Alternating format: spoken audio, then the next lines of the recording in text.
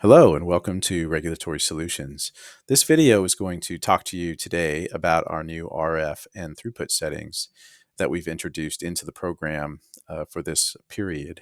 Last time we used a lot of defaults and made a lot of assumptions, and these settings are really going to help us get more accurate in how we're predicting where you can get service, and once we do, what kind of throughput speeds you can provide to those locations based on that signal strength. So let's just jump right in. So we've come into the dashboard here in the program, just log in. This is what you come up to, and you'll see your RF throughput settings here. If you haven't put these in, obviously this would be a red alert here. We've already put some in and checked the box, but we're going to go back and add some more here. So you can either click this tile, or you can click settings over here on the side to get there. So let's just jump in. So I've added another one already, but so now you can see I have two bands here. I have a 5 gigahertz unlicensed band and a 3.65 licensed CBRS. So what we're doing here, just to show you the difference between these, we're actually specifying information about these bands, or about the parameters in these bands differently for the frequency that we're using. So it makes sense to have different gains for your CPE antennas in different bands, because let's just say the same size antenna for a given CPE is actually going to have a higher gain the higher frequency you go for the same surface area of antenna. So gain is a function of aperture and frequency. So the higher the frequency, the more gain you have for the same antenna aperture.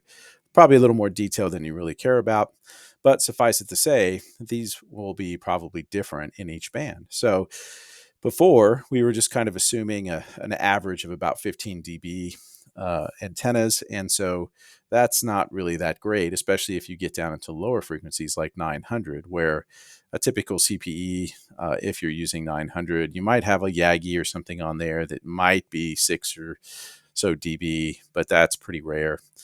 It's hard to get a really high gain antenna at 900 megahertz without being really, really big. So obviously we need to make accommodations for the different bands and the size antennas you might use in those bands. So that's one of the reasons we split this out by band. The other reason is your signal to noise ratio might be better because you're using different technologies within different bands. The height you have to mount at to get service might be different. For instance, you may be using an LTE radio in the 3.65 band, where you can basically mount this under the eave, and even if it's penetrating some trees, because of the nature of the LTE, the radio technology there, you can get reliable service at much lower signals than you would be able to for 5 gigahertz, let's say, where you really need line of sight. So that's the reasoning there. So now we also have you might have different signal to noise ratios. You might have different speed tiers within these bands. So for instance, at 5 gigahertz, it's a lot easier for the radios to provide, say 100 megabits, at a certain threshold. And that may be a completely different threshold to provide 100 megabits than a 365 or maybe a 2.4. So we really want to be accurate in what we're telling the FCC that you can provide to each location. And this is the way that we're doing this. So in the past, we've just used one maximum speed for your entire coverage inside that AP coverage area, and that's really not that accurate. I mean, when you get out to the cell edge or get far away, you're really not going to be able to deliver these fast speeds all the way through there, unless you just have some extraordinary, perfect line of sight or something like that.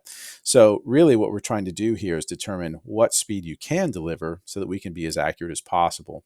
This also helps to cut down on challenges, because if you're only saying, well, I can only really deliver 2510 at a location, probably less likely to get a challenge than if you were saying you're delivering 100 by 25 at that same location.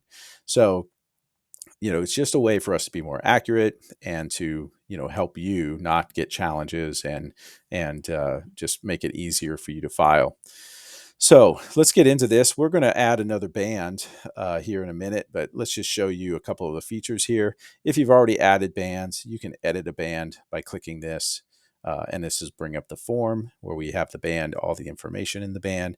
You can remove these speed tiers, add more speed tiers, change your parameters, anything you want, and save that. You can also, because if they're very similar, so let's just say you've got the same speed tiers that you're delivering in each band, so you provide the same speeds no matter what, and you don't want to have to type all this in every time. You can actually just copy, any one of these. So if you hit copy, it's going to bring up a copy of this, and all you have to do is select your frequency band that you want now.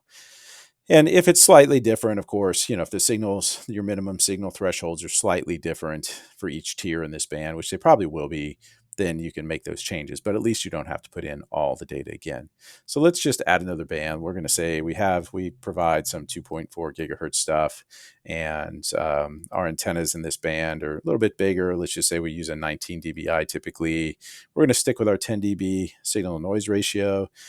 We talked about the height a little bit prior to this, but let's just go over this again.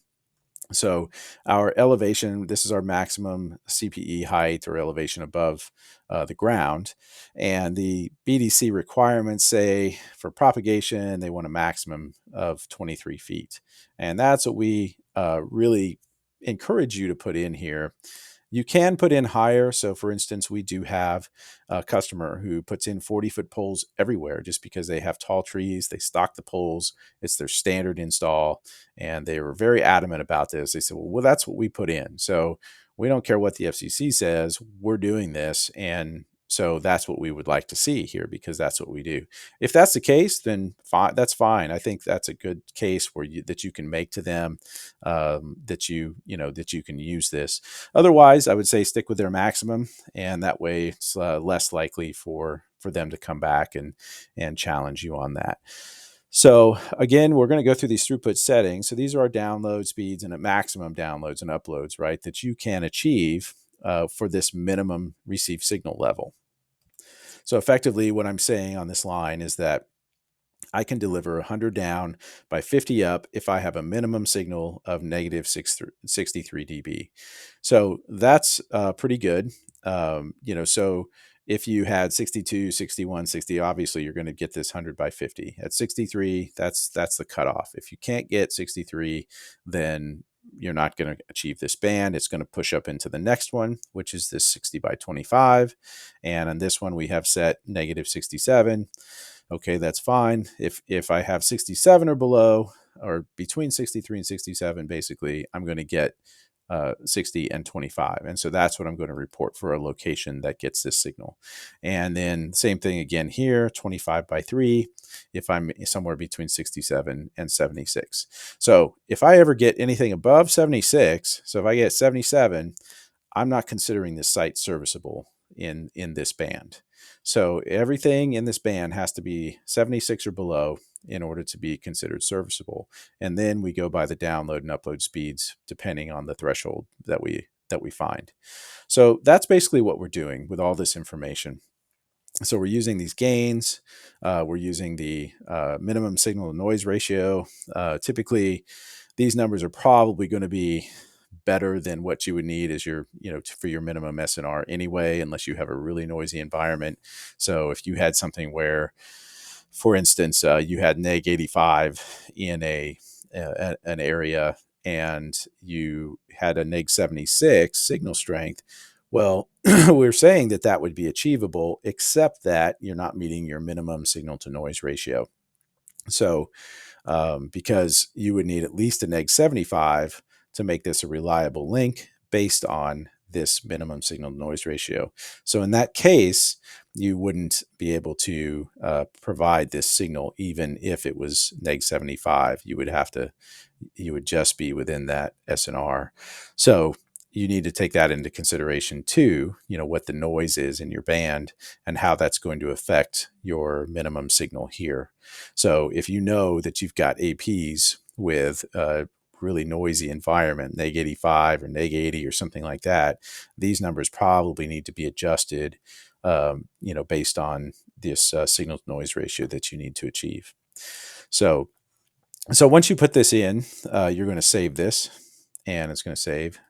And there you go. So now if I wanted to add another one, I could come back and copy this again, or I could just create a new one with the add band here. And then because we've used the other bands already, those aren't available to us anymore. So now we just have 900, 2.5, and 60 gigahertz left. And so if we wanted to add a new band, and we wanted to start from scratch in that band, we would choose this another band. We would put in our CPE height and our gain, our signal to noise ratio, and add our throughput tiers. So that's how you would start from scratch or start your first one and enter the data. So it's pretty straightforward, not a very complex form. If you have any questions about what these are, we have these little tooltips that pop up. So telling you what it is in case you forget after watching this video and you don't use it for another year, after you're done with this filing. So this will just help you remember what these are. So again, if you have any questions about this, of course, give us a call or send us an email. We're happy to talk to you a little bit more about this and tell you, why we decided to go this route.